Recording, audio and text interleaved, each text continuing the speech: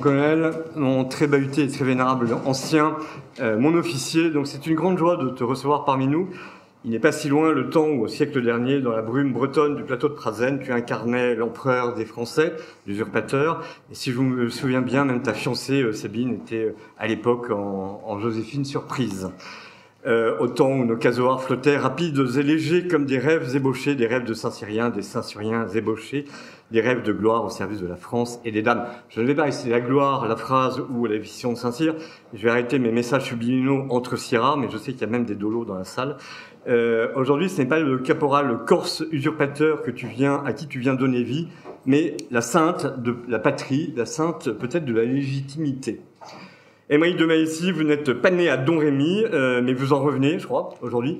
Vous êtes né l'année où mourait François Mauriac, où Sardou chantait « J'habite en France », où Deneuve tourne « Peau d'âne » et Yves Montand l'aveu. L'année où Sainte Thérèse d'Avila et Sainte Catherine de Sienne sont proclamés docteurs de l'Église sous le pontificat de Saint Paul VI. Vous entrez dans la spéciale en 1990, vous êtes le père système de la promotion très bahutée général Guillaume. Sans faire de un panégyrique digne d'une lettre de Féloche aux couleurs, je retiens simplement de votre carrière que vous avez commandé le régiment de marche du Tchad, que vous avez servi entre autres dans le cadre de l'opération Barkhane au Mali, et que vous avez été officier de liaison auprès de l'OTAN à Norfolk, au commandement allié pour la Transformation, le CAT. Vous êtes actuellement vice-président de l'Association universelle des Amis de Jeanne d'Arc, et comme elle, vous élevez 3 ou 4 moutons, mais en Picardie, et pour les manger, a priori. Vous êtes père de 4 enfants, dont un séminariste à la communauté Saint-Martin, et enfin, vous préparez activement le pèlerinage à Domrémy, dont on a parlé tout à l'heure, dont on reparlera, j'espère. J'avoue que quand j'ai commencé le livre, je me suis dit, bon, on fait ça parce que c'est le mois de mai, Jeanne d'Arc, c'est bien et tout. Et en fait, je connais tout par cœur, je suis pas, voilà, c'est Jeanne d'Arc, c'est l'histoire de France, c'est ça. Et puis, encore une biographie écrite par un militaire qui croit qu'il va avoir un prix littéraire. J'avoue que je pensais tout connaître. Jeanne d'Arc, c'est sympa quand on milite à l'AF et qu'on a 18 ans, surtout quand elle est interdite par Mitterrand. C'est rigolo quand, en 39, tous les ministres francs-mac viennent la prier, ce qui signifiait que c'était déjà perdu. Jeanne d'Arc, c'est un peu mytho quand on chante les frères Martineau ou qu'on danse en rallye versaillais sur Maid of Orléans d'OMD. Mais bon, voilà, une femme dans l'armée, soyons clairs, elle agite sa bannière, c'est pas, on n'est pas hyper fanat au départ, et on verra quand il faudra commencer à porter quelque chose de lourd, je dirais, au 1617. Et en fait, j'ai été bluffé par le livre parce que j'ai découvert le côté militaire de Jeanne, que je n'imaginais pas. Elle ne fait pas qu'agiter sa bannière pour motiver les troupes, c'est tout l'intérêt du livre, elle est un vrai chef, et un vrai chef de guerre. Un vrai chef militaire. Et l'intérêt, alors je crois que ça avait été fait en 1919 par un colonel, mais en fait le livre, j'ai pas lu le livre de 1919, mais l'intérêt de ce livre aujourd'hui, c'est que il y a une analyse, une vision en fait de qu'est-ce qu'un chef par un officier et un officier catholique. C'est ce que dit Monseigneur Ray dans la préface, ce n'est pas une énième hagiographie. Et vous démontrez surtout un par un que Jeanne d'Arc, c'est un vrai chef militaire qui a un culot incroyable, qui ne s'explique finalement peut-être que parce qu'il y a une intervention divine. On imagine mal à l'heure actuelle une jeune fille illettrée débarquer à Ballard et expliquer au général Burkhardt comment gérer la crise en Afrique ou face aux ours russes. Et elle arrive à convaincre l'entourage du roi, elle arrive à convaincre les militaires. Il y a un passage qui m'a beaucoup plu, qui m'a fait réfléchir, c'est quand un capitaine qui refuse de lui obéir, en fait, raconte ça des années après, au moment du procès de réhabilitation. Il dit, elle m'a pourri, en fait. Elle m'a regardé dans les yeux. Elle m'a dit, vous êtes un méchant homme. Et il raconte au procès de réhabilitation, donc 30 ans après, en fait, qu'il a eu peur pour sa vie. Et on a du mal à imaginer, mais c'est intéressant, c'est historique, que Jeanne d'Arc, cette petite jeune fille, cette pucelle d'Orient, soit un vrai chef qui n'a pas besoin de cours de Fexa à Couette. C'est un vrai chef de guerre, j'ai dit, c'est un vrai chef politique, et c'est aussi un vrai chef religieux. Vous expliquez bien dans le livre que c'est assez rare d'avoir les trois en même temps, les trois charismes.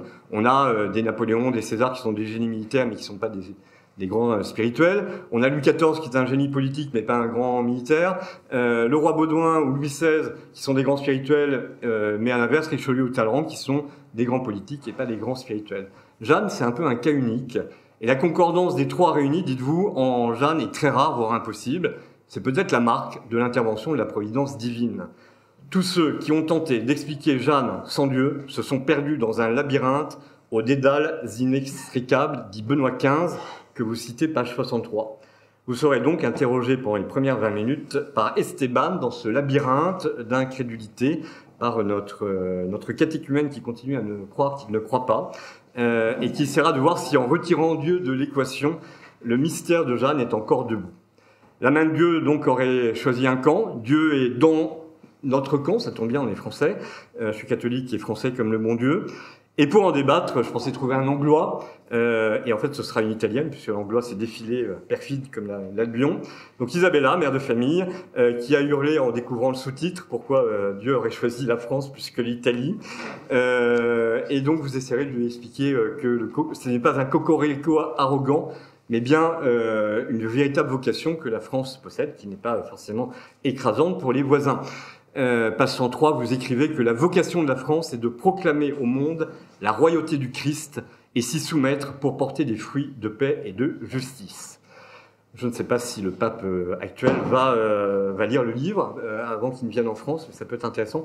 En tout cas, vous citez abondamment Jean-Paul II, Monseigneur Brincard, sur la vocation de la France. L'intérêt de ce livre aussi, c'est la clarification sur qu'est-ce que la vocation d'une nation. Et le petit point en plus, c'est que vous montrez très bien qu'il y a dans cette vocation un lien très fort entre Rome et la France. Et ce point... alors je suis troublé, merci Monsieur l'abbé de votre présence. Je suis ravi. Et donc la troisième partie, ce sera Hugues, qui, si vous avez survécu aux assauts italiens, Hugues, qui est bénévole à l'association des Amis de Jeanne, tentera de vous emmener peut-être là où vous ne voulez pas. Qu'est-ce que Jeanne d'Arc, 600 ans après, a à dire à l'Église? Cette laïque qui mouche les clercs, cette condamnée par des ecclésiastiques schismatiques, cette Jeanne qui fait reculer finalement le gallicanisme et le grand schisme, ça c'est aussi un truc que j'ai découvert dans le livre. Qu'est-ce que Jeanne a à dire par rapport à notre sainteté aujourd'hui, à la sainteté de l'Église?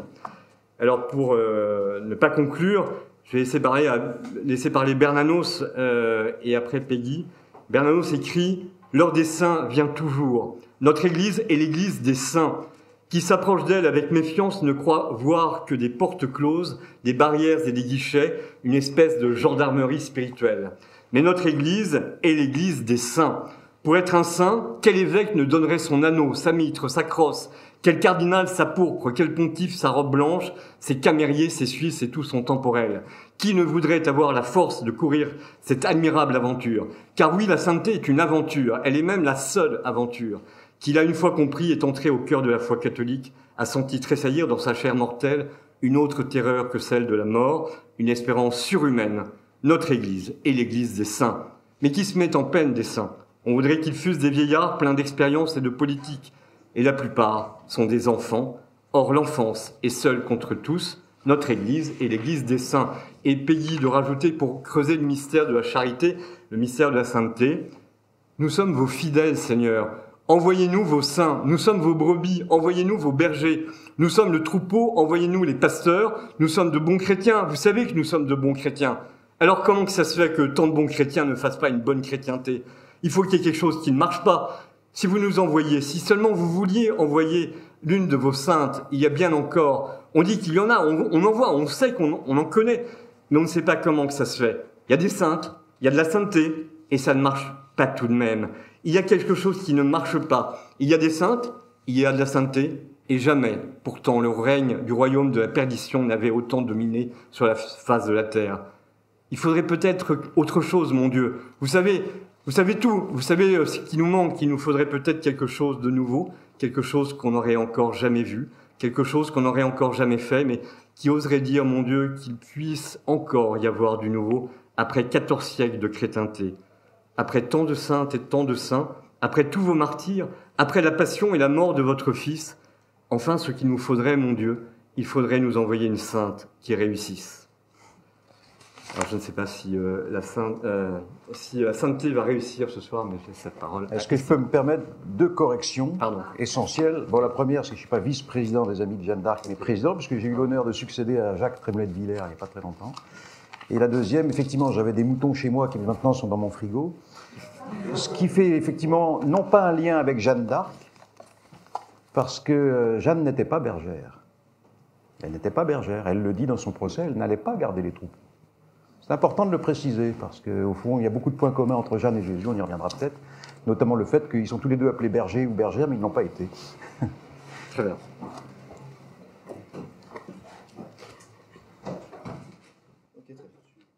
Bien, bonsoir mon colonel, bonsoir à tous.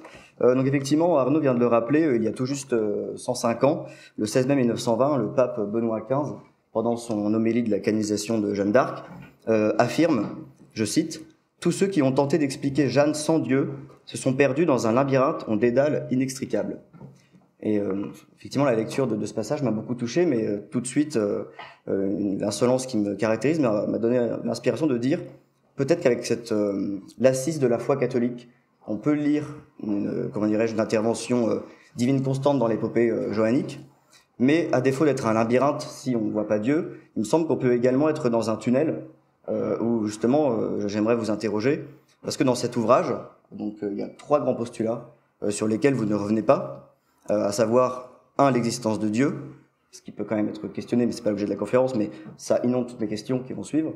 Deuxièmement, que ce Dieu intervient, et troisièmement, qu'il est intervenu d'une façon prodigieuse et unique avec la personne de Jeanne d'Arc. Donc la première question que je me pose, pour commencer un peu brutalement, mon colonel, finalement, convoquer Dieu pour expliquer l'épopée de Jeanne ne revient-il pas à déployer les aptitudes humaines, certes incroyables, qu'elle a pu déployer pendant son ministère public? La première réponse qu'on peut faire, c'est que d'abord c'est Jeanne qui convoque Dieu, pour reprendre l'expression que vous employez. C'est elle qui le dit. C'est elle qui dit qu'elle est mandatée par Dieu, qu'elle a eu les apparitions de Saint-Michel, de Sainte-Catherine, de Sainte-Marguerite. C'est pas moi. Les historiens aujourd'hui, même les plus laïcs, sont obligés de reconnaître que Jeanne le dit. On leur demande pas de reconnaître que c'est Dieu qui intervient, mais ils ne peuvent pas faire autrement que de reconnaître que Jeanne a dit que Dieu intervient. Que Dieu la mandate, enfin Dieu, donc en l'occurrence Saint-Michel. Donc c'est pas moi qui le dis. Et il me semble qu'on peut prendre Jeanne au sérieux, ne serait-ce que si on regarde ce qu'elle a fait. Vous voyez, on peut la prendre pour une illuminée, certains l'ont fait, mais on ne peut pas la considérer sans quand même regarder ce qu'elle a fait. Au final, en fin de compte, elle libère la France. Elle le fait d'une manière qui est absolument extraordinaire, d'une manière qui, à mon sens, est absolument inexplicable par des voies humaines, et là, c'est l'ancien militaire que je suis qui parle. Oui. On ne peut pas comprendre que des chefs de guerre redoutables, des chefs de bande, qui connaissaient leur métier de guérilleros, en quelque sorte, on peut dire ça comme ça, parce que c'était un peu la tactique qui menait, se soient pliés à l'autorité d'une jeune fille, et que ces chefs de guerre qui ont été à peu près vaincus par les Anglais de façon continue, en tout cas depuis 1415, depuis Azincourt, presque sans interruption, bon, c'est un peu rapide que de le dire, parce qu'il y a quand même eu quelques petites victoires, mais tout à coup se mettent à être victorieux en suivant une jeune fille qui dit que c'est Dieu qui la mandate. Donc la question que moi je pose, j'ai envie de vous la retourner, c'est-à-dire comment vous, qui me dites, si j'ai bien compris que vous êtes athée, c'est bien ça? Oui, voilà. Comment vous prenez ça en compte? C'est-à-dire une jeune fille qui accomplit quelque chose d'absolument extraordinaire, qui dit que c'est Dieu qui l'envoie. Comment vous comprenez ça? Il faudrait m'inviter en conférence, mais pour le dire rapidement, je répondrai en disant que ce n'est pas parce que c'est inexplicable par la rationalité militaire, tactique, que c'est explicable par l'intervention d'une force surnaturelle, invisible et immatérielle. Je trouve que la passerelle, en fait, entre les deux conclusions est assez audacieuse. Vous voyez, il me semble que ce n'est pas à la posture athée de prouver qu'il y a un Dieu qui est intervenu. J'avais pas prévu cette réponse, mais j'avais pas prévu la vôtre. Enfin, votre question. Je pense que c'est pas à ce qui est, enfin, comment dirais-je, c'est au tenant de ceux qui pensent qu'il y a un monde invisible qui agit, de prouver qu'il est là. Parce que par définition, d'un point de vue purement objectif, avec notre perception sensorielle, c'est impossible d'affirmer avec certitude, au-delà de la foi. Parce que vous le dites vous-même dans votre livre, on ne peut pas comprendre cette épopée sans la foi, parce qu'en fait la donnée rationnelle est complètement limitée. On peut pas rationnellement comprendre effectivement le phénomène, le fait historique Jeanne d'Arc. En revanche, la façon avec laquelle vous l'appréhendez n'est pas le phénomène historique Jeanne d'Arc, c'est le phénomène providentiel Jeanne d'Arc. Donc, c'est une prise de position. Non, je prends Jeanne au sérieux et je la crois en ce qu'elle dit, et je constate une chose, c'est que les historiens qui ont voulu occulter ou qui n'ont pas voulu la croire dans ce qu'elle disait, c'est-à-dire qui n'ont pas voulu croire en une intervention divine, comme Michelet, comme Anatole France, qui est plus écrivain qu'historien et qui a écrit un très mauvais livre sur Jeanne d'Arc, sont obligés d'avancer des explications qui ne tiennent pas la route. Alors, par exemple, Michelet nous dit qu'en fait, elle avait un solide bon sens. Mais le bon sens, à l'époque, disait qu'il fallait plutôt tailler la route devant les Anglais. C'était ça, le bon sens de l'époque. Donc pourquoi est-ce qu'elle, au nom du bon sens, se met à leur tenir tête? Pourquoi est-ce qu'elle, au nom du bon sens, se met à employer une tactique qui n'avait pas été employée jusqu'à présent? Pourquoi est-ce qu'elle, au nom du bon sens, se met à être l'objet des éloges des plus grands chefs de l'époque, d'Alençon, Dunois, le Thibaut d'Armagnac, etc., qui disent sur elle des choses qui sont quand même assez étonnantes. Jeanne était une jeune fille simple et pieuse, et en tout était une bonne fille, sauf pour le fait de guerre. Et là, elle avait l'expérience d'un capitaine de 20 ans. Et en particulier, nous disent-ils, pour placer l'artillerie. Michelet appelle ça du bon sens. Ouais. Comment il s'appelle? Anatole France, que je citais tout à l'heure, nous dit, oui, au fond, Jeanne d'Arc, à part emmener ses soldats à Confesse, ne savait rien faire d'autre. Je les laisse libres de leurs propos, mais enfin, il suffit de regarder les faits. Et je me pose la question, mais comment un athée, justement, peut arriver à ce point à nier les faits et l'évidence? Vous voyez, moi je retourne la question. Quand Anatole France nous dit qu'elle ne savait faire que mener son armée à Confesse, mais a-t-il lu les témoignages au procès de réhabilitation, enfin dit de réhabilitation, de Thibaut d'Armagnac, d'Alençon et de Dunois? Je rappelle d'ailleurs que le procès de réhabilitation, c'est un deuxième procès d'église, mené par des hommes d'église qui ont pour but de laver l'honneur du roi, puisque le premier procès a montré qu'elle était hérétique, a voulu prétendre qu'elle était hérétique, et donc voulait, par ce biais, attaquer Charles VII en montrant qu'il devait sa couronne à une hérétique. Vous voyez, c'est de la guerre de communication, on fait pareil aujourd'hui, enfin, c'est des méthodes qui ne sont pas nouvelles. Bon. Comment donc, j'ai un peu perdu le fil de ma pensée là. C'est réciproque. C'est réciproque. Comment se fait-il simplement, voilà, finalement, je n'arrive pas à retrouver le fil de mon propos. Deuxième procès, voilà. C'est un procès d'église. Merci beaucoup. Ce deuxième procès est un procès d'église. Autrement dit, il a pour but de montrer que Jeanne était une bonne chrétienne. Vous voyez? Quand Thibaut d'Armagnac, d'Alençon et Dunois nous font des digressions qui ne sont pas l'objet du procès, puisqu'ils vont se positionner sur son rôle de chef de guerre, pour nous dire qu'elle était remarquable. En fait, ils font des digressions. C'est pas le cœur du sujet, c'est pas ce qu'on leur demande. Oui. Moi, je connais un peu le monde des chefs militaires. J'ai été à un petit niveau, un chef militaire. J'ai côtoyé des chefs plus grands que moi. C'est rare de voir un chef de haut niveau dire du bien d'un autre chef de haut niveau. Parce qu'il y a quand même une forme de concurrence, vous voyez, dans ce monde-là. Quand vous lisez les mémoires des généraux de la Wehrmacht, c'est rare d'entendre un général dire du bien d'un de ses rivaux. C'est pareil avec les maréchaux de Napoléon. Vous n'allez pas entendre Bernadotte dire du bien de Daoud. Vous voyez. Comment se fait-il que dans le cas présent, alors que c'est pas le cœur du sujet, puisque c'est un procès d'église qui doit laver l'autorité du roi, enfin, Thibaut d'Armagnac, d'Alençon et Dunois font les éloges de Jeanne d'Arc pour nous dire qu'en fait, elle était remarquable sur le champ de bataille. Moi, je n'y vois pas du bon sens. Je n'y vois pas un personnage qui ne fait que conduire à Confesse ses soldats. J'y vois une autorité de chef absolument extraordinaire, inexplicable, parce que, enfin, j'ai été amené à commander à mon petit niveau dans les opérations, etc. On m'aurait dit, bon, Malessi, vous laissez votre place à cette gamine-là, de 17 ans. J'aurais fait exactement ce qu'ont fait les chefs de l'époque, ils auraient dit, mais par quelle autorité agis-tu? Comment une gamine de 17 ans qui ne sait pas lire, pas écrire, va me prendre ma place à moi? Moi, j'ai fait l'école de guerre, voilà, donc a priori, on m'a formé, etc. Bon. Mais j'aurais eu la même réaction que... Donc ça n'est pas explicable. Vous voyez ?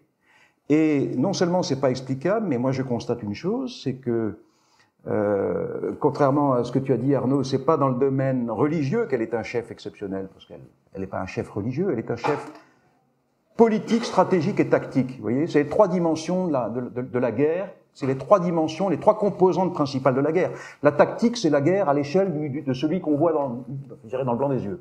C'est la guerre à l'échelle du champ de bataille.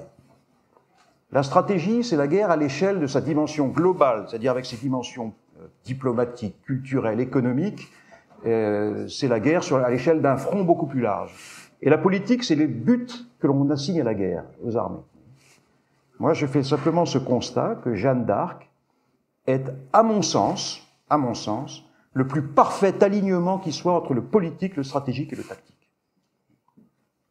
Tout est parfaitement subordonné, in fine, à une vision politique absolument remarquable. C'est elle qui dit qu'il faut amener le roi à Reims pour le faire sacrer. C'est ça, sa vision politique. Elle a compris la question de la légitimité. Et tout est subordonné à ça. Quand je compare Jeanne à d'autres chefs, les plus grands, Napoléon, je suis désolé de le dire s'il y a des amateurs de Napoléon, moi j'ai beaucoup d'admiration pour lui, c'est le plus grand des tacticiens, mais c'est un piètre stratège. Quelle idée il a eue d'aller emmener ses armées, les étirer de l'Espagne à la Russie, et de se faire embarquer dans une conduite de la guerre qu'il n'a jamais su véritablement maîtriser, parce qu'il a dû aller toujours plus loin. Prenez un Rommel, qui est un remarquable tacticien, c'est pas un stratège, il n'a pas compris ce qu'on lui demandait. Il s'est laissé embarquer, lui aussi. Donc, c'est très rare d'avoir dans ce monde-là, à mon avis, un alignement parfait entre le politique, le stratégique et le tactique. Tous les chefs que l'on connaît, MacArthur en Corée, MacArthur est un très bon tacticien, un bon stratège, mais il n'a pas compris, je dirais, je suis peut-être un peu sévère en disant ça, mais quand il veut employer l'arme nucléaire, bon, on va pas faire des cours d'histoire militaire, mais vous voyez, ils montrent souvent des faiblesses, tous ces chefs. Ils sont remarquables, mais dans l'alignement politique, stratégique et tactique, il me semble que Jeanne est unique. Il faudrait peut-être trouver César, mais César, il avait pour lui de commander dans les trois domaines, donc c'était facile pour lui. Oui. Donc j'ai envie de vous retourner la question. Comment vous expliquez ça ? Oui. Je vais répondre par la question suivante. Non, parce que la transition est toute trouvée. Justement, pour aborder la question de donc Jeanne d'Arc, chef de guerre, et concrètement sur le terrain. Comment dirais-je, c'est un débat historique et historiographique plus général, mais il y a des tendances à personnaliser souvent les événements. Et a fortiori, me semble-t-il, dans tout ce qui concerne un peu la geste militaire, il y a une tendance assez commune. Vous en avez parlé à demi-mot tout à l'heure en parlant de l'orgueil des chefs qui commentent a posteriori leur fait d'armes.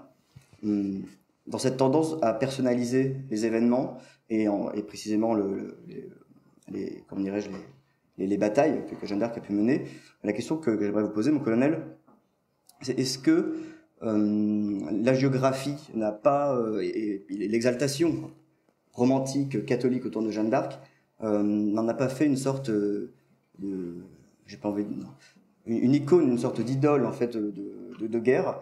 Mais concrètement, est-ce que vous pourriez nous plonger 3 minutes sur un champ de bataille avec Jeanne d'Arc vivante, en chair et en os, visible.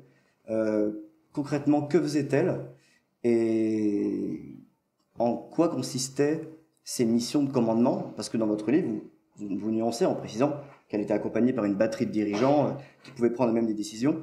Donc concrètement, quel était son rôle dans le commandement? C'est-à-dire que bon, il y a les Anglais en face, il y a une forteresse, des gens un peu qui savent pas trop quoi faire, un déo gradé et Jeanne d'Arc au milieu. Que faisait-elle concrètement et en quoi on peut vraiment lui attribuer des mérites militaires? Alors, on peut déjà commencer par lui attribuer la victoire. Parce que vous retirez Jeanne d'Arc, vous prenez n'importe quelle bataille de l'histoire de l'humanité que vous connaissez, vous saurez toujours donner le nom d'un vainqueur. Hannibal, César, MacArthur, etc. Il y a toujours un vainqueur à une bataille. Retirez Jeanne d'Arc, citez-moi le nom du vainqueur. Quel général ou capitaine, parce que le titre de général n'est pas tout à fait adapté à l'occurrence, mais quel capitaine, si on enlève Jeanne d'Arc, se distingue parmi tous ceux qui sont autour pour qu'on puisse dire, non, en fait, c'était pas Jeanne, c'était lui. Il n'y en a pas. Mais à l'inverse, peut-être que si on avait retiré l'un d'entre eux, on ne serait pas souvenu de Jeanne d'Arc. Ben, Je sais pas, moi je vois pas, Non, honnêtement, non plus. vous prenez n'importe lequel des capitaines, c'est pas des mauvais bougres, hein, c'est des bons capitaines. Ils sont d'ailleurs, je pense, pas meilleurs pas plus mauvais. Je pense quand même que les Anglais ont quand même un niveau de leadership nettement meilleur à l'époque. Mais vous retirez Jeanne d'Arc, on ne sait plus à qui attribuer la victoire. Et ça serait un cas unique. Donc on ne veut pas reconnaître la victoire à Anne d'Arc, mais on ne sait pas à qui l'attribuer. Ben mince alors. Alors là, on fait comment? Cas unique. En fait, c'est ça le problème avec Jeanne d'Arc. Donc comment ça se passe? Ben alors, en fait, je dirais que sur le plan, il n'y a pas une pensée militaire formulée chez Jeanne d'Arc. Ça serait complètement absurde de dire ça. Mais d'ailleurs, il n'y en a pas non plus chez les capitaines de son temps, d'une certaine manière. On peut pas, il n'y a pas encore d'écrits formulés de règlements de tactique. Ça n'existe pas. Ce qui est certain, c'est que Jeanne est une vraie meneuse. C'est une meneuse. Mais c'est une meneuse, c'est une meneuse intelligente, si je puis dire. C'est-à-dire que c'est pas une va-t-en-guerre frénétique qui dit suivez-moi et puis à l'assaut. On s'aperçoit que dans la façon, par exemple, dont elle libère Orléans, ça se passe d'ailleurs pas au départ exactement comme elle voulait. La tactique qui est suivie n'est pas celle qu'elle aurait voulu employer, mais en fait, au début, les capitaines, ne voulant pas se plier à son autorité, en font un peu qu'à leur tête et c'est elle qui rattrape le coup. Mais son plan est assez simple. Elle prend les bastilles anglaises qui entourent la ville d'Orléans, les unes après les autres, et elle exploite les erreurs, parce que les Anglais ont fait des erreurs à Orléans. Ils en font plusieurs. Je ne vais pas trop rentrer dans les détails, mais on voit quand même que sur le terrain, elle a une intelligence tactique. Elle a un sens de la manœuvre, ça c'est très clair. La manœuvre, vous savez, en langage militaire, ça consiste à rassembler des troupes. Généralement, quand on est en infériorité numérique face à un adversaire, on va manœuvrer, c'est-à-dire qu'on va rassembler nos troupes et on va essayer de les porter concentrées là où on sait que l'adversaire est plus faible. Donc on gagne localement une supériorité numérique parce qu'on a mieux rassemblé nos troupes et là où il est plus faible, on va être supérieur. C'est ça la manœuvre, quelque part. Mais elle en donne des exemples assez étonnants. Elle le donne à Orléans, notamment, avec cette concentration où les Anglais sont dispersés, elle exploite ça. Elle le montre à Patay, elle le montre en différentes occasions. Donc, vous voyez, elle a un certain sens du terrain, de la manœuvre, une certaine prudence également, prudence de chef, qui est quand même notamment très remarquable à Orléans, surtout sur la fin. Et là, tiens, typiquement Orléans, c'est très étonnant. À la fin, vous savez, les Anglais sont perdus, ils ont perdu plusieurs bastilles, et ils ont compris qu'ils peuvent plus tenir le siège, ils peuvent plus continuer à assiéger Orléans. Leur position n'est plus tenable. Donc, ils se retirent de leur bastille et ils offrent la bataille rangée, comme ça se faisait aussi assez classiquement, pas très souvent, mais ça se faisait, à leur adversaire français, et ils disent aux Français, ok, vous avez su nous chasser de nos bastilles, mais maintenant on va se faire un combat à la loyale, à l'ancienne, à la classique, c'est pas tout à fait comme ça que ça se passe, mais ils disent, on va se mettre nos deux armées face à face et on va voir qui va gagner. Et comme les Anglais jusqu'à présent avaient la supériorité, ils l'avaient montré à Zincourt, à Crécy, à Poitiers, ils avaient une certaine supériorité sur le champ de bataille, ils se disent, on va leur offrir la bataille qui va nous permettre de sauver la face. Et Jeanne est maline. Elle a compris que ça y est, ils ont perdu Orléans. Ils ont été obligés de sortir leur bastille. Qu'est-ce qu'ils vont faire? Ils vont rester là dans la verte, à attendre qu'on arrive? Et donc elle est prudente, elle a compris, elle fait dire la messe, deux ou trois messes, elle leur tourne le dos, son armée à elle fait face, et elle dit simplement, s'ils attaquent, on répondra, sinon vous les laissez faire, ils vont partir. C'est un peu comme ça qu'elle le dit. Et il se retire. Et elle a compris que c'était pas la peine de jouer, de perdre la bataille sur un coup de dé, alors que tous autour, tous les capitaines, Dunois, d'Alençon, Lahire, etc., lui disent, allez, il faut y aller, on va les attaquer. Non. Et ils lui obéissent. Ils lui obéissent. Vous voyez? C'est elle qui dit, non, laissez-les faire. S'ils attaquent, on répondra, sinon vous les laissez partir. Elle a compris que ça y est, elle a déjà gagné la bataille. Elle l'a déjà gagnée. Vous voyez? Elle est maline. Elle est prudente. Donc, Jeanne, je dirais que c'est un génie de chef assez étonnant. Elle cumule comme ça un certain nombre de qualités qui sont rares quand elles sont concentrées à ce point-là. C'est très étonnant. Sur le plan militaire, on l'a pas assez étudié, à mon avis. Alors, on l'a pas assez étudié parce que encore une fois, il n'y a pas non plus d'enseignement. Il y a un côté peut-être un peu intuitif ou providentiel. Le temps est écoulé, donc je vais laisser la parole à Isabella. Merci, mon colonel. Merci pour votre livre qui m'a instruit et beaucoup appris. malgré l'urticaire que le sous-titre m'a provoqué d'abord. Pourquoi Dieu choisit la France?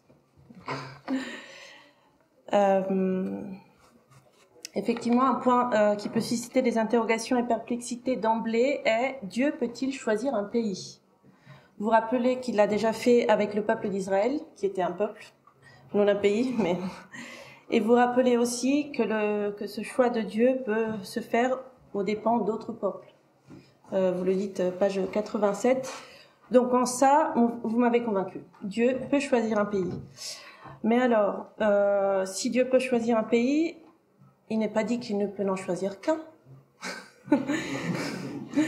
Voilà, donc je voulais un peu vous lancer là-dessus. Peut-être chacun voit midi à sa porte, et si nous parlons avec un Mexicain, il va nous dire que la Vierge Marie a choisi le Mexique en apparaissant à Guadeloupe. En parlant avec un Espagnol ou un Libanais, aussi, l'on pourrait entendre beaucoup d'arguments en faveur d'un choix de leur pays respectif. Pour ne pas parler de l'Italie, mais il vaut mieux que je ne me lance pas.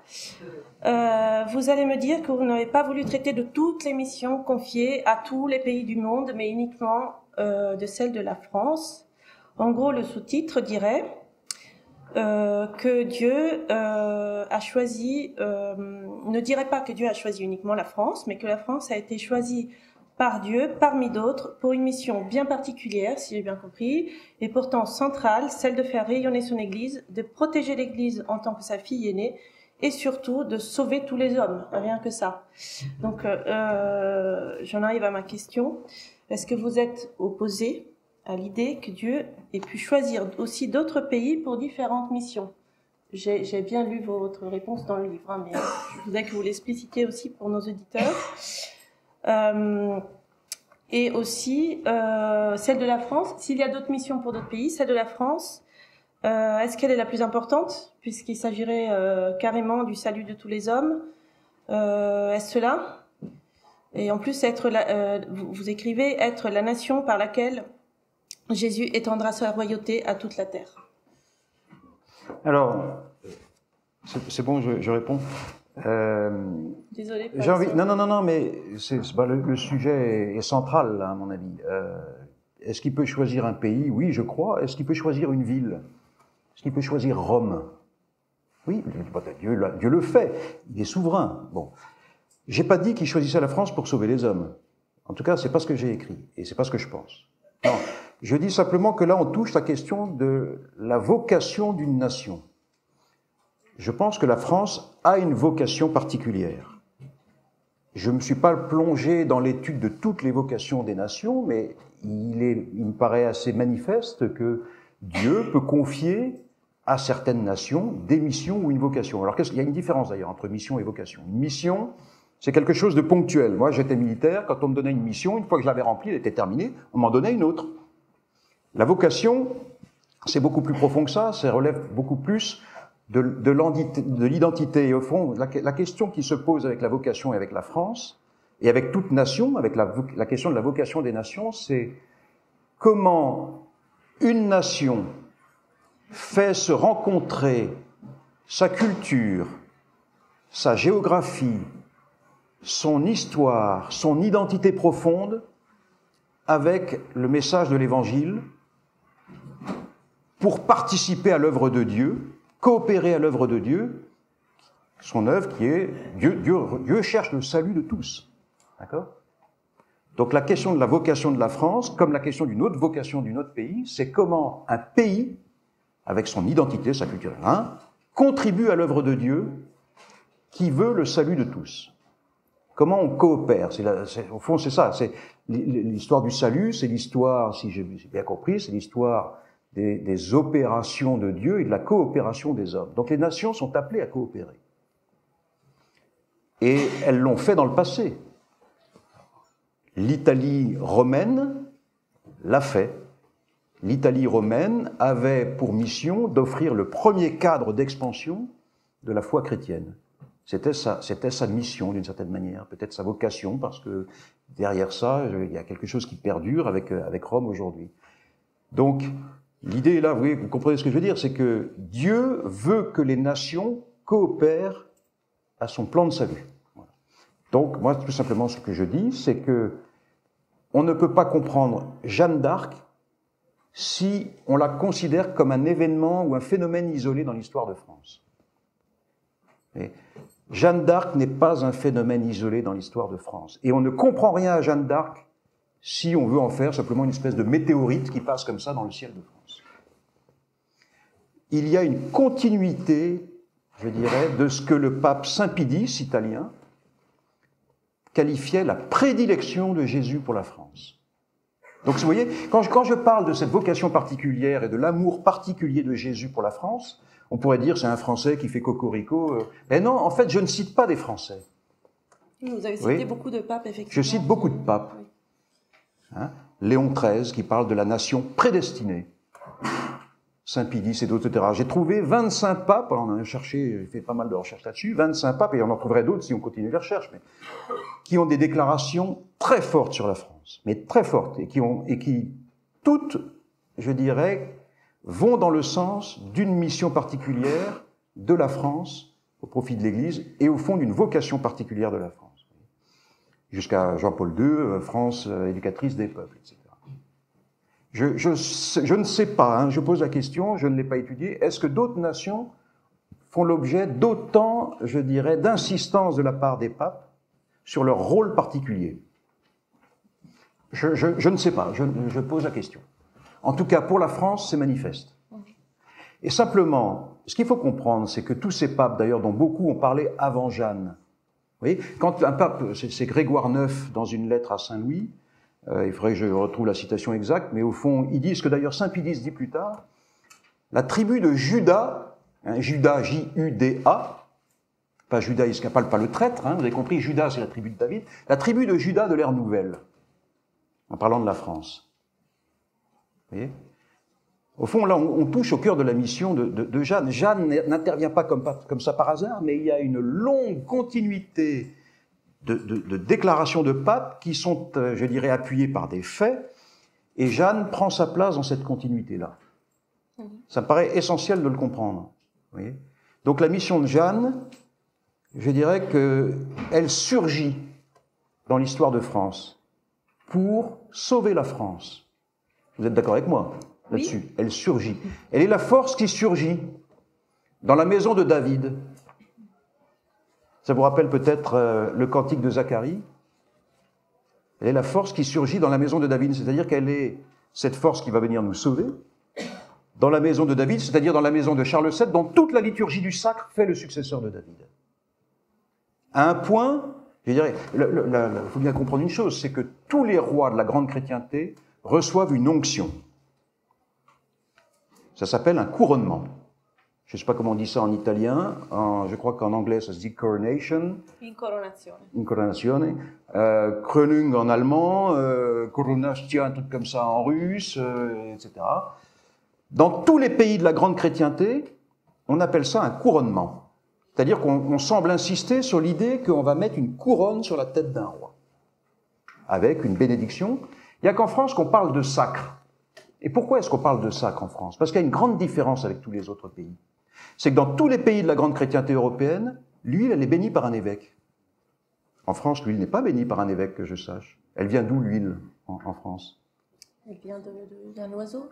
Elle vient, c'est l'Esprit Saint qui donne, voilà, c'est le baptême de Clovis. Vous voyez ? Et c'est pas moi qui le dis. Et que je sache, l'Église ne l'a jamais contesté. J'ai pas vu un jour un pape dire votre sacrement là, c'est pas un sacrement, c'est un sacramental. C'est pas valable. Cette onction là, votre huile, elle n'a pas été bénie par non. Comment se fait-il que la France soit à ce point distinguée des autres nations ? Je vous pose la question, mais je pose la question, on est là pour y répondre, mais on ne peut pas comprendre Jeanne d'Arc si on n'a pas compris ça. Pourquoi est-ce que tout à coup, elle est la force qui surgit dans la maison de David, son serviteur ? Vous voyez, précisément parce qu'il y a eu un choix qui a été opéré, mais déjà avant, et elle n'est pas un phénomène isolé. Pour moi, la vocation particulière de la France commence dès l'arrivée de la famille de Béthanie en Provence. Justement. Voilà. Je peux rebondir sur ce que j'appelle le débarquement. Pour faire un lien avec la Vierge Marie. Et après, j'ai une autre question quand même sur cette royauté du Christ. Donc la France, effectivement, est choisie dès le début du christianisme, dès les débarquements donc, de la famille de Béthanie, Lazare, Marthe et Marie, sur les côtes du sud de la France peut-être. Et ensuite, la Vierge Marie montre aussi une prédilection pour la France en la marquant de son initiale, que nous pouvons lire sur la carte de France en regardant les lieux de ses apparitions. Mais, merci, j'aurais appris aussi une autre chose. Donc ça fait un peu beaucoup, non? Donc même la Vierge Marie. Pourriez-vous nous en dire un peu plus sur cette prédilection de la Vierge Marie au regard de la France? C'est une prédilection. Il y a une grande dévotion, une dévotion particulière en France pour Marie, qui fait que la France a été une nation qui a, je pense, joué un rôle de premier plan. Je dis pas la seule, attention. Hein, mais je dirais l'expansion du culte marial en règle générale, et qui fait que d'ailleurs un pape qui s'appelait Urbain II a été le premier à dire une expression qui a été reprise après par d'autres, hein, le royaume de France, royaume de Marie, ne périra jamais. Regnum Galliae, Regnum Mariae, numquam peribit. Et c'était tellement évident au Moyen-Âge, à l'époque d'Urbain II, donc là on est à l'époque des croisades, que par exemple vous avez un commerçant d'Assise qui avait baptisé son fils Giovanni, qui après un voyage en France a été tellement frappé par cette dévotion mariale et par ce qu'il avait vu de la France qu'il a décidé qu'il appellerait son fils François d'Assise. Donc c'est quelque chose qui était évident et qui sautait aux yeux du temps de la grande chrétienté, mais qui a été quand même une constante. Oui, mais là on parlait du choix de Marie sur la France. Oui, Après, parce que la réponse c'est la parce que le choix de Marie c'est le choix de Jésus et que Jésus peut pas faire que Marie peut pas faire un choix différent de Jésus. Voilà. Royaume de prédilection de Jésus, nous dit le pape Saint Pie. Mais alors peut-être qu'il faut revenir à la question de la vocation parce qu'on a ou de la mission, mais on en revient, je pense, on tourne finalement autour de cette question qui a quelque chose de central avec la France, c'est la notion de royauté. Puisqu'il y a ce sacre, puisqu'il y a ce choix particulier qui est fait par Dieu à travers le baptême de Clovis, etc. Et c'est là où moi j'en viens à l'analyse que je propose, la compréhension que j'en propose, c'est qu'au fond, la France a un rôle particulier pour rappeler que Jésus, que le Christ est roi. C'est ça véritablement la vocation de la France. On a pu avoir à un moment donné une mission qui était plus particulièrement de protéger l'Église, de protéger Rome en particulier, mais c'était en lien avec cette vocation profonde qui est de rappeler que le Christ est roi. Vous voyez ? Oui, et justement, j'avais une question sur ça.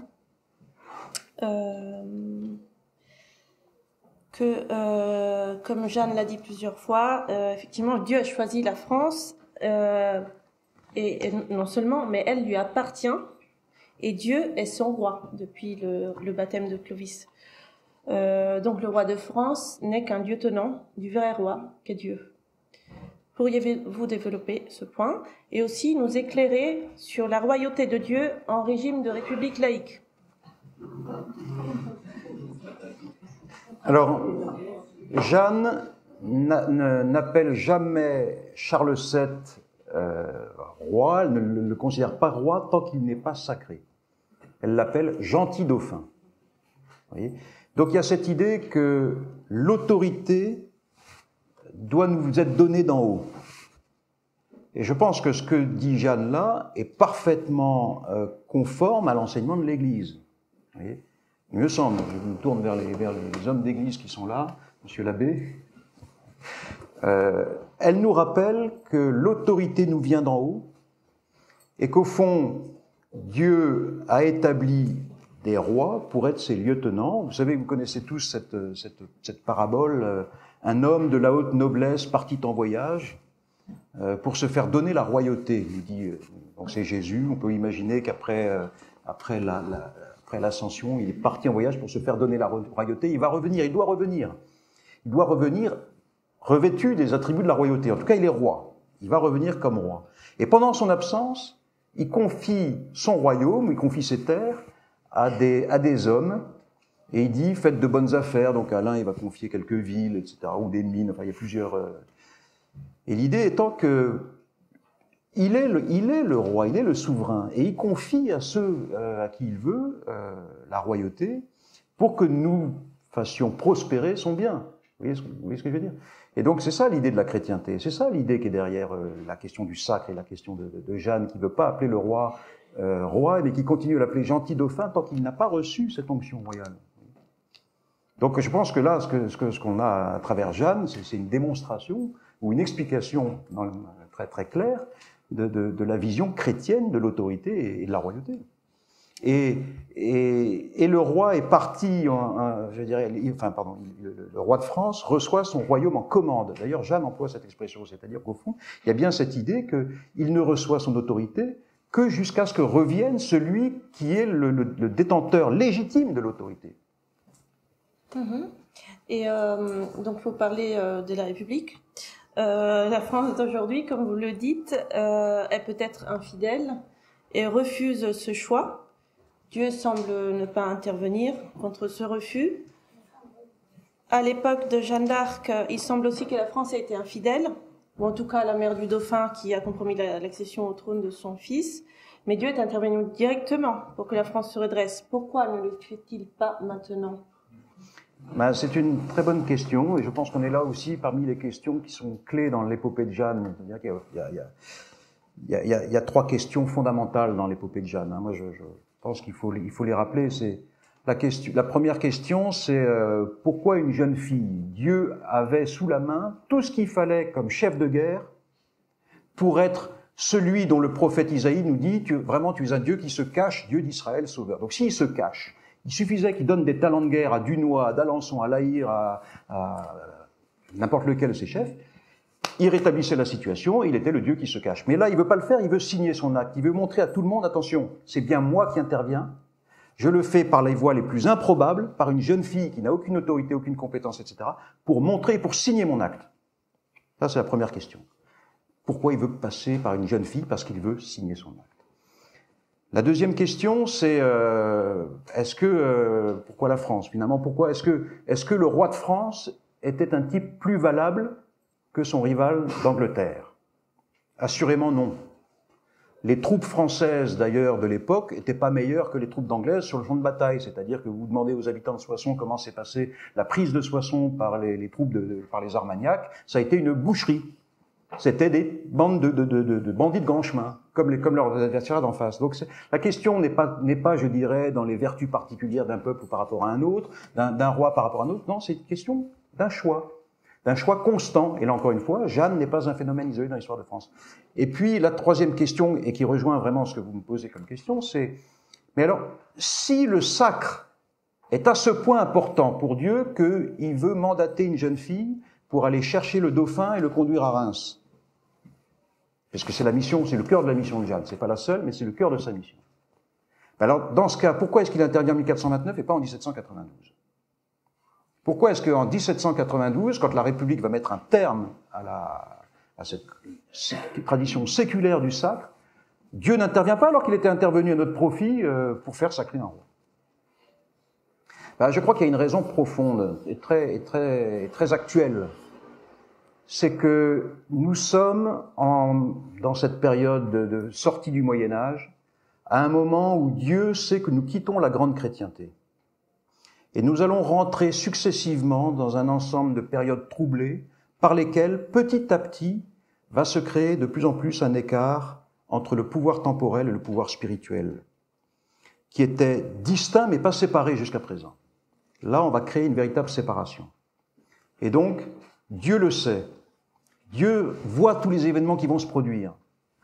Il sait qu'on va même arriver à une séparation totale, et aujourd'hui, la France n'a jamais été aussi éloignée qu'aujourd'hui de reconnaître Jésus comme son roi. D'accord ? Donc Dieu le sait. Donc il nous envoie Jeanne comme prophète. Elle est prophète de la royauté du Christ. Elle est là pour nous rappeler que c'est lui qui est souverain. Et nous, on va lui faire un accueil de prophète. Autrement dit, on va la zigouiller. Voilà. Et c'est ça qui est à l'œuvre. Au fond, ce qui est à l'œuvre, c'est le psaume 88. Mais mon peuple ne m'a pas écouté, Israël n'a pas voulu de moi, je l'ai livré à son cœur endurci, qu'il aille et suive ses vues. Vous voulez pas de moi? Je vous envoie Jeanne, elle est prophète? Très bien, très bien. Suivez vos voies, suivez vos vues. je vous livre à vos cœurs endurcis, et nous y sommes. Donc Jeanne est prophète. Voilà. Donc là, c'est pour l'instant, là, il n'y a pas d'espoir. Ah, non, bien sûr que si. Alors j'ai le temps de répondre. Mais je là, crois ou- que mon collègue va vous poser des D'accord. questions à ce sujet. Jeanne est la grande sainte de l'espérance. Alors, Merci beaucoup. Donc avant de parler de l'espérance, je veux revenir juste rapidement. Donc vous avez parlé de la France comme choisie par Dieu. Mais pourquoi l'Église aurait-elle besoin d'être protégée par un pays ? Parce que, en fait, il me semble qu'on revient à cette idée qui est celle je dirais, que l'on trouve dans la Bible avec David qui reçoit l'onction par Samuel, hein, c'est bien ça, c'est Samuel qui donne l'onction royale. Donc Dieu veut qu'il y ait... Dieu est grand prêtre et grand roi, et au fond il instaure un roi, des rois sur terre pour exercer l'autorité dans le domaine temporel, et puis il a son vicaire, le pape, dans le domaine spirituel. Et il veut que nous coopérions parce qu'il sait que c'est la meilleure façon, que ces deux pouvoirs coopèrent, c'est la meilleure façon de produire des fruits de paix pour son peuple. Enfin, voilà. Donc, et pour nous conduire finalement au salut du plus grand nombre. Voilà. Moi, c'est mon interprétation.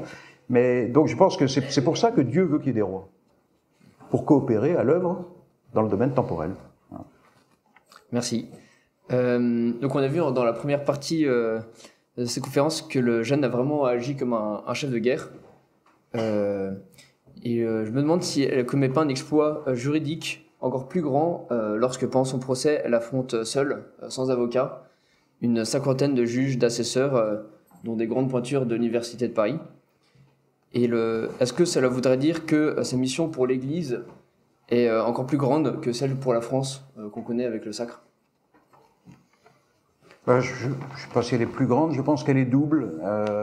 Moi, c'est le père François-Marie Lettel, qui est un ancien secrétaire de l'Académie pontificale de théologie et qui est maintenant carme à Lisieux, qui a écrit des choses remarquables sur le sujet. Je vous renvoie au panégyrique qu'il a prononcé l'année dernière, le 11 mai dernier, en cathédrale de Rouen, sur le sujet du martyre de Jeanne. Et il a des phrases absolument remarquables sur l'amour de Jeanne pour l'Église. Et c'est très intéressant parce que, en fait, derrière l'idée que Jeanne est martyre, le père François-Marie Lettel soulève la question de... Vous savez, vous savez tous que Jeanne n'est pas martyre au sens liturgique du terme. Elle a été canonisée comme vierge. Donc elle n'a pas le droit au rouge liturgique, elle n'est pas martyre. Et elle n'est pas martyre, probablement parce que, au moment de sa canonisation et de son procès, il était dans un contexte de tension très forte à l'époque entre l'Église et l'État en France et entre la France et l'Église sur le plan international. Il n'était pas opportun de rappeler qu'elle a été condamnée à mort par un évêque. On n'a pas voulu jeter de l'huile sur le feu de l'anticléricalisme, et donc elle a été canonisée comme vierge. Et le père François-Marie Lettel a cette phrase très intéressante dans son panégyrique. Il dit « Elle est martyre de l'Église, dans l'Église, par l'Église, pour l'Église. » Waouh, c'est fort. Et à travers la question que lui soulève, donc là je le cite parce qu'il est beaucoup plus qualifié que moi pour répondre à cette question, mais vous pourrez trouver son panégyrique dans la revue de l'Association des Amis de Jeanne d'Arc, puisque nous l'avons publié dans le dernier numéro. Il y a au fond, la question que lui soulève, c'est la question du péché dans l'Église. Oui. Et Jeanne, son martyre, fait apparaître ses grandes vertus, et notamment, il le dit lui, dans le domaine de la charité, c'est ce qui transparaît le plus, c'est son amour de l'Église. Voilà, donc je vous renvoie pour cette question-là au père Lettel, qui, à mon avis, est une référence incontournable. Bah, ça tombe bien, j'avais prévu de vous parler du martyr. Et la question, pour rentrer un peu plus dans les détails, de qui est-elle martyr? Est-ce qu'elle est martyre du gallicanisme, d'un certain gallicanisme? D'ailleurs, je crois que sa demande de remonter le sujet au pape n'est pas acceptée ou n'est pas transmise. Ou est-elle martyre aussi d'une forme de cléricalisme un peu ancêtre de ce dont on parle aujourd'hui? Alors, je refais référence au père Lettel. Lui, il cite très clairement le cléricalisme comme étant un des abus de l'époque et qui conduit effectivement à sa condamnation.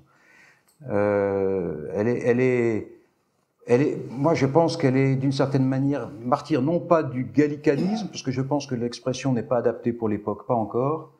Elle est martyre d'une certaine conception de l'Église qui est à l'œuvre à travers l'Université de Paris, qui est, qu'on appelait ensuite l'hérésie conciliariste. Vous voyez, les juges de Jeanne, qui sont pour une partie d'entre eux produits par l'Université de Paris, qui viennent de l'Université de Paris. Il y a d'anciens recteurs de l'Université de Paris, Nicolas Midi, je crois, Thomas de Courcelles, si je me souviens bien, arrivent en retard au concile de Bâle, puisqu'ils étaient occupés à la condamner à Rouen. Et à Bâle, ils sont les porteurs de l'hérésie conciliariste, qui est une hérésie qui veut soumettre au fond le pape au concile. Autrement dit, qui veut faire de l'assemblée des clercs, de l'assemblée des évêques et même des théologiens, qui curieusement à Bâle ont également un droit de vote au même titre que les évêques, les grands maîtres de l'Église, aux dépens de l'autorité du pape. Ce à quoi les papes successifs vont ensuite s'opposer très clairement et très fermement. Et donc effectivement, quand Jeanne fait appel au pape, elle leur pose un problème, puisqu'eux, ils sont les tenants de l'hérésie conciliariste. Ils considèrent que leur assemblée de clercs, c'est l'Église, et qu'elle est infaillible. C'est vraiment la question qui se pose à travers le procès de Jeanne. C'est l'infaillibilité des clercs, y compris, je dirais, contre ce que Jeanne considère être sa conscience. Ils veulent la faire renier sa conscience. Ils veulent la faire abjurer, ils veulent lui faire dire que ses voix ne sont pas du ciel. Et elle le dit, il faut voir, il y a une séance, si je me souviens bien, dramatique de son procès, faut me souvenir que c'est le 25 mars, qui est le samedi saint, où ils veulent la faire avouer que ses voix ne sont pas de Dieu. Et elle leur dit, mais je ne peux pas vous le dire ça, alors elle ne le dit pas exactement ces termes, mais je ne peux pas vous dire ça, si je vous dis ça, je me damne. Je me damnerai. Et là, on a très clairement, en tout cas, je renvoie vers le Père Lettel, je vous invite vraiment à lire ce texte remarquable qu'est son panégyrique, un abus d'autorité très clair, il le montre très bien. Donc on va revenir quelques jours avant, au 17 mars, pendant son procès, où 3 fois ses assesseurs lui demandent si elle se soumet à l'Église militante. Donc on suppose qu'eux-mêmes s'érigent en Église militante. Ce à quoi elle répond « Je m'en rapporte à notre Seigneur qui m'a envoyé, à Notre-Dame et à tous les Benoît saints et saintes de paradis, et m'est avis que c'est tout un de notre Seigneur et de l'Église, et qu'on n'en doit point faire de difficulté. Pourquoi fait-on difficulté que ce soit tout un ?» Et ma question est un peu pour aujourd'hui. Pensez-vous qu'elle nous enseigne une voie particulière de l'obéissance dans ces temps où certaines demandes de l'institution ecclésiale semblent s'opposer au magistère constant de l'Église? Je sais pas, j'ai pas envie de m'engager sur cette voie-là parce que non, mais j'ai peur à mon niveau de tomber dans la discussion de comptoir. Ou de parler de sa délicatesse pour justement ne pas tomber dans les pièges. Non, mais je pense qu'à partir du 17 mars, et même un peu avant que la question, je crois dès le 15 mars, que la question se porte vraiment sur la question de l'Église militante et de la soumission à l'Église. Parce qu'ils ont compris que là, ils peuvent la tenir. Donc, alors après, je ne sais pas très bien quel parallèle vous voulez faire avec l'Église d'aujourd'hui, la situation d'aujourd'hui, mais non, je pense que ce qui est intéressant, c'est pour l'Église d'aujourd'hui, à mon avis, c'est de voir à quel point Jeanne est une grande sainte, elle n'est pas la seule, mais elle est une grande sainte de l'espérance. Moi, ça me frappe. Plus je la regarde, je la lis, je l'étudie, plus elle me paraît être la sainte de l'espérance, tout particulièrement. Et c'est ça qui me paraît intéressant pour l'Église d'aujourd'hui. C'est d'avoir en Jeanne une sainte qui, et particulièrement cette année de jubilé de l'espérance, je trouve que c'est tout à fait providentiel, qui est l'année du 6e centenaire de ses apparitions, on met en avant cette vertu de l'espérance parce que c'est la grande vertu de Jeanne. L'espérance, c'est la vertu, si j'ai bien compris, qui oriente tous nos désirs vers le salut. Et la question du salut est au cœur de la mission de Jeanne. Vous voyez ? D'abord, le salut de la France, pour commencer. Je crois que personne n'a désiré le salut de la France autant que Jeanne. De même que personne n'a désiré le salut d'Israël autant que la Sainte Vierge. Il y a un parallèle là aussi assez étonnant pour reprendre tout à l'heure la comparaison qu'on pouvait faire avec la Vierge. Le salut est au cœur de la mission de Jeanne. Toutes les interrogatoires, une grande partie, en tout cas notamment avant qu'on passe sur la question de l'Église militante, beaucoup de questions portent sur la question du salut. Et elle a des réponses qui sont absolument lumineuses. Et on voit bien qu'elle est tourmentée, la pauvre Jeanne. Les juges sont en train de la menacer d'enfer. Et elle garde l'espérance. Elle garde l'espérance à un point qui est, à mon avis, inimaginable. Enfin, là, pour le coup, l'héroïcité de sa vertu d'espérance, il apparaît.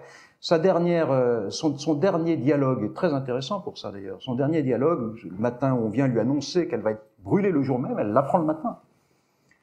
Le juge, c'est pas un juge, mais l'assesseur, ou je sais pas bien quelle est sa fonction exactement, mais qui vient la chercher pour la prévenir, Maître Pierre Maurice lui annonce qu'elle va être brûlée. Et elle lui dit, Maître Pierre, où serais-je ce soir? Et Maître Pierre lui dit, mais n'avez-vous pas bonne confiance en Dieu? Et elle répond, et ça c'est magnifique, mais elle répond, oh oui, ce soir, par la grâce de Dieu, je serai au paradis. Ce soir, par la grâce de Dieu, je serai au paradis. Rappelez-vous le dernier dialogue de Jésus sur la croix. Hein. Ce soir, avec moi, tu seras au paradis. Le dialogue, le parallèle entre Jeanne et Jésus, il est étonnant. Hein. C'est du copier-coller, pour employer un langage d'aujourd'hui qui est très, très troublant. Hein, entre ces 3 années de vie publique, etc. Enfin, peut-être pas rentrer trop dans ces questions-là, parce qu'on pourrait en parler très, très longtemps, mais condamné par un grand prêtre de sa propre religion, soutenu par un Sanhédrin, pour un procès qui est piloté par la puissance occupante. Les parallèles sont absolument troublants. Jusque dans des détails comme celui-là, son dernier dialogue, c'est le dernier dialogue de Jésus sur la croix. Vous voyez, la sainte de l'espérance. C'est ça, à mon avis, qu'il faut regarder. Je ne veux pas rentrer dans des questions parce que j'ai pas autorité là-dessus. Moi, ce que je dis simplement, c'est que je suis frappé de ce que, en elle, je ne sais pas si on peut le dire comme ça, je crois que Peggy, vous savez, il dit que l'espérance, c'est cette petite vertu qui se tient entre la foi et la charité et qui les tient toutes les deux par la main. C'est la petite sœur qui tient les autres vertus par la main. Et peut-être, je pose cette question, peut-être qu'on peut considérer que chez certains saints, il y a une vertu qui domine et qui tire les autres, tout particulièrement avec elle. Je crois que chez Jeanne, c'est l'espérance qui tire la foi et la charité. Jeanne a très peur de la mort.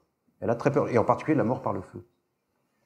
Et ce qui fait qu'elle va au-delà de sa peur, c'est l'espérance. C'est ça ce qui est intéressant chez Jeanne. C'est ça qu'il faut contempler, nous, aujourd'hui. Vous voyez ? Parce que je pense que nous sommes à une époque qui est profondément tentée par la désespérance. On est... la France, c'est le fils choisi, certes, le fils dans la fratrie, le premier, fils aîné, etc. À Sainte Marguerite Marie, Jésus apparaît, il parle du fils aîné de mon cœur en parlant du roi, fille aînée de l'Église, etc. Mais aujourd'hui, la France, c'est surtout le fils prodigue. On mérite ce titre de fils jusque-là. Et la miséricorde de Dieu est telle qu'il nous aime particulièrement. Quand bien même nous sommes le fils prodigue. Il va nous chercher dans notre situation actuelle. C'est ça le grand message d'espérance. Il me semble, moi, là, je ferai peut-être que des avis plus autorisés que le mien, mais il me semble que aujourd'hui, Satan tremble. Il tremble. Il tremble parce qu'il n'a jamais été aussi près de son but et qu'il sait que tout est possible. Et il veut nous faire désespérer. Vous voyez, entre Saint-Pierre et Judas, il y a une forme de cousinade dans le péché. Il y en a un qui trahit et l'autre qui vend. Bon, il y a un peu un lien, voilà. Mais il y en a un qui désespère et il y en a un qui tombe dans la miséricorde, dans les bras de Jésus. Et Satan sait que nous en sommes à ce point. Moi, il me semble, hein, c'est comme ça que je vois. Satan veut que la France désespère. Et c'est pour ça qu'il nous pousse avec toutes ces lois mortifères, etc. Blablabla. Il veut nous faire désespérer, il veut pousser la France au suicide, et il tremble parce qu'il sait que la miséricorde est possible, et que au moment où il est sur le point de gagner, il est aussi sur le point de perdre. Il sait pas ce qui va se passer. Vous voyez ? Et c'est ça qui est intéressant avec la Sainte de l'Espérance. C'est ça où moi je trouve que l'Église mériterait, on pourrait la mettre un peu plus en avant comme Sainte de l'Espérance. C'est tout ce que je propose à l'Église, vous voyez. Parce qu'en ce temps de désespérance, de grande tentation de la désespérance, elle est la Sainte qui peut nous rappeler que nous pouvons tomber dans les bras miséricordieux du Christ. Et c'est ça la vocation de la France, vous voyez, d'être la nation qui rappelle au monde que le Christ est roi, mais qu'il règne par son cœur miséricordieux. Parce que nous allons en faire l'expérience, parce que nous allons le montrer à la face du monde. Le Christ règne par un cœur miséricordieux. C'est pour ça que nous sommes le pays du Sacré-Cœur et le pays des apparitions de la Sainte Vierge et le pays de pays de prédilection, etc. Tout ça, ça nous mène là, en fait. Alors, vous avez lancé en 2022 une neuvaine d'années pour le 6e centenaire de la mort de Sainte Jeanne d'Arc, avec notamment le pèlerinage dont on a parlé en septembre. Pensez-vous qu'avec la canonisation qui arrive tardivement de Sainte Jeanne d'Arc, l'arrivée récente de son anneau en France, que cela soit des signes un peu précurseurs du renouvellement de l'alliance de la France avec la sagesse éternelle, pour reprendre les mots de Jean-Paul II, et le renouvellement du peuple franc dans son rôle de soutien de l'Église? Oui, peut-être, je l'espère. Non, je crois surtout que, je reviens, mais je pense un peu avoir répondu déjà, c'est la vocation de la France que de montrer que le Christ règne par son cœur miséricordieux. Et au fond, c'est peut-être qu'on est à l'aube de quelque chose dans ce sens-là, je sais pas. En tout cas, je l'espère. Voilà. Je l'espère, mais je le crois profondément. C'est-à-dire, est-ce que ça va se faire maintenant? Est-ce qu'on en est à l'aube aujourd'hui? Ou est-ce que c'est dans un siècle ou dans 2 siècles? J'en sais rien. Mais je crois que ça va se faire. Et pensez-vous que c'est la France qui relève l'Église ou l'Église qui relève la France? Voilà, je pense que l'Église comme la France, on a tous besoin d'être relevés par le Christ. Et que... Mais par lequel le Christ passe pour relever l'autre? Il veut passer par les deux. Moi, je pense qu'il veut passer par les deux. Il veut nous faire coopérer à son œuvre. Donc, oui, il attend que nous coopérions, que la France coopère, et qu'elle coopère notamment en retrouvant ou en rescellant son alliance avec le pape, avec Rome, avec l'Église. Oui, nous sommes appelés à coopérer à l'œuvre du Christ avec l'Église, dans l'Église. Et pour finir, vous écrivez que la reconnaissance du martyr permettrait d'approfondir encore le message de Jeanne sur la royauté du Christ et les implications de cette royauté sur le gouvernement des hommes. Elle permettrait à l'Église de reprendre ce sujet. Comment va étudier son martyr ça témoignera-t-il de la royauté du Christ? Et est-ce que la reconnaissance de cette royauté est pour vous le préambule de l'obtention de la paix qu'on désire tous pour le monde et pour l'Église? Pour répondre à la deuxième question tout de suite, oui. Je pense qu'il n'y aura pas de paix durable dans le monde tant que le monde ne reconnaîtra pas que le Christ est roi. Voilà. Je pense que c'est encore une fois à ça que nous sommes appelés, nous Français plus particulièrement, nous sommes appelés à coopérer à cette œuvre-là. Vous savez, j'aime beaucoup cette prière de Marcel Vannes, que vous connaissez peut-être, Seigneur Jésus, aie compassion de la France. Daigne l'étreindre dans ton amour et lui en montrer toute la tendresse. Fais que, remplie d'amour pour toi, elle contribue à te faire aimer de toutes les nations de la terre.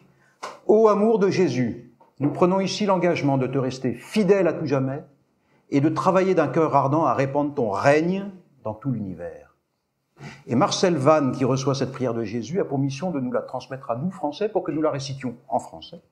Mais ce qui veut dire que nous, Français, nous sommes appelés à 2 choses. À redevenir fidèles et à contribuer à répandre le règne. C'est Marcel Vannes qui le dit, enfin c'est Jeanne d'Arc qui le dit. Vous voyez ? Et au fond, pour en venir à la première question, en quoi la reconnaissance du martyre de Jeanne pourrait y contribuer?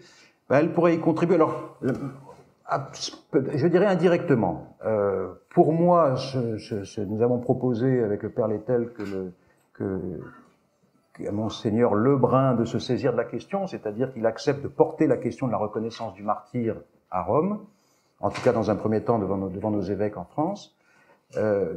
Tout d'abord pour une raison simple, c'est que quand vous avez une magnifique couronne, imaginez que vous ayez chez vous une belle statue de la Sainte Vierge avec une belle couronne et qu'il y ait des pierres serties dans cette couronne et qu'il en manque une.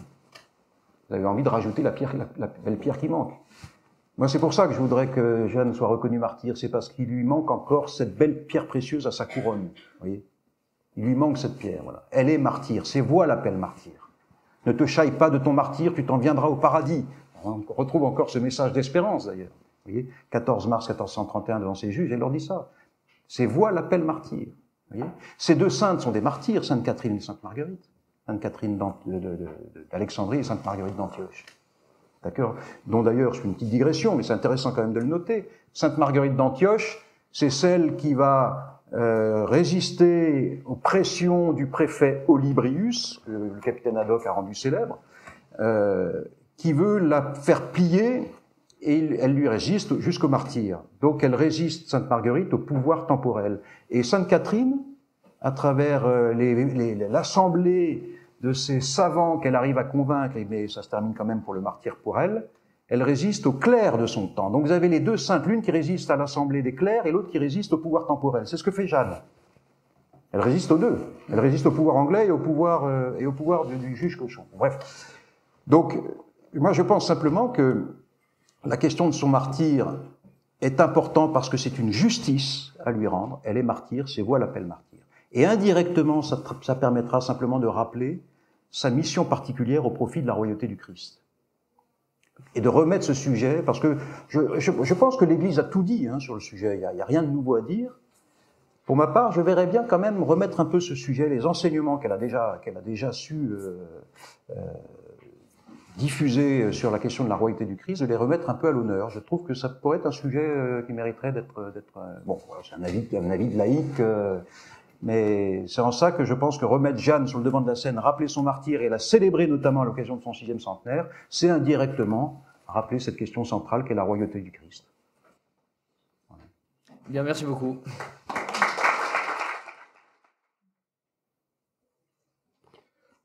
Pour ne pas conclure, on va faire le traditionnel petit questionnaire de Proust. Après, on finira par une prière. Monsieur l'abbé, vous pouvez nous bénir à la fin, merci. Et après, il y aura la bière et donc les dédicaces et ventes de livres. Achetez le livre, il est vraiment incroyable. Je pense qu'on n'a pas fait le tour du sujet et je suis presque frustré après la lecture du livre en me disant il y a plein d'autres sujets qu'on aurait dû aborder. Et donc voilà, achetez le livre, ce sera mieux. Quel est votre livre de chevet en ce moment? Qu'est-ce que vous nous conseillez? Alors, mon livre de chevet n'est pas forcément celui que je vous conseille. Actuellement, je suis en train de lire un livre qui est intéressant, c'est Moi, Isabelle, mère de Jeanne d'Arc, qui est un roman, bon, je ne suis pas un grand fan de romans, mais je le lis parce qu'il faut que je le lise. Voilà, ça c'est pour répondre à la question de mon livre de chevet. Quel livre vous conseillez? Alors j'ai envie de vous conseiller, moi, un livre que j'ai beaucoup aimé. Ça s'appelle Le Cheval Rouge d'Eugenio Corti. J'avais emporté en OPEX. Remarquable, passionnant. Voilà. Alors il faut passer les 100 premières pages qui sont un peu rudes, mais les 900 pages suivantes, on peut plus lâcher le livre. Voilà. Alors, la question suivante est un peu truquée. Quel personnage historique vous inspire? Vous allez répondre Jeanne d'Arc. On va truander un peu. Quel est le capitaine parmi les compagnons de Jeanne d'Arc qui vous inspirerait? Lequel vous voudriez être? Alors, si je voulais en être un, je ne serais pas un des capitaines. Je serais Jean d'Aulon. Jean d'Aulon, c'est celui que le roi met aux côtés de Jeanne pour être un peu son aide de camp, on peut dire ça comme ça. Qui était un homme de bonne réputation et puis surtout qui l'a accompagné du début jusqu'à sa capture. Voilà. Donc rien que pour pouvoir contempler Jeanne d'Arc, j'aimerais être Jean d'Aulon. Le mot que vous aimez le plus dans la langue, pas forcément française d'ailleurs. J'aime bien le mot, mais pour ce qu'il signifie, j'aime bien le mot courage, parce que je pense que c'est malheureusement aujourd'hui ce qui manque le plus. Nous manquons pas de gens intelligents, on a peut-être même un peu trop, mais nous manquons de gens courageux. Voilà. Donc c'est le mot. Donc le mot que vous détestez le plus? Alors, il n'y a pas de mot que je déteste. Très bien. Quel est le trésor que vous souhaitez laisser à vos enfants?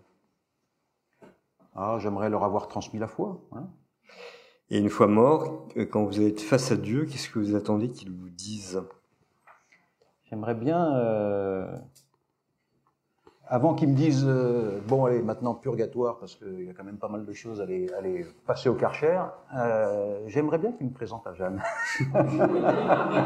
Merci beaucoup.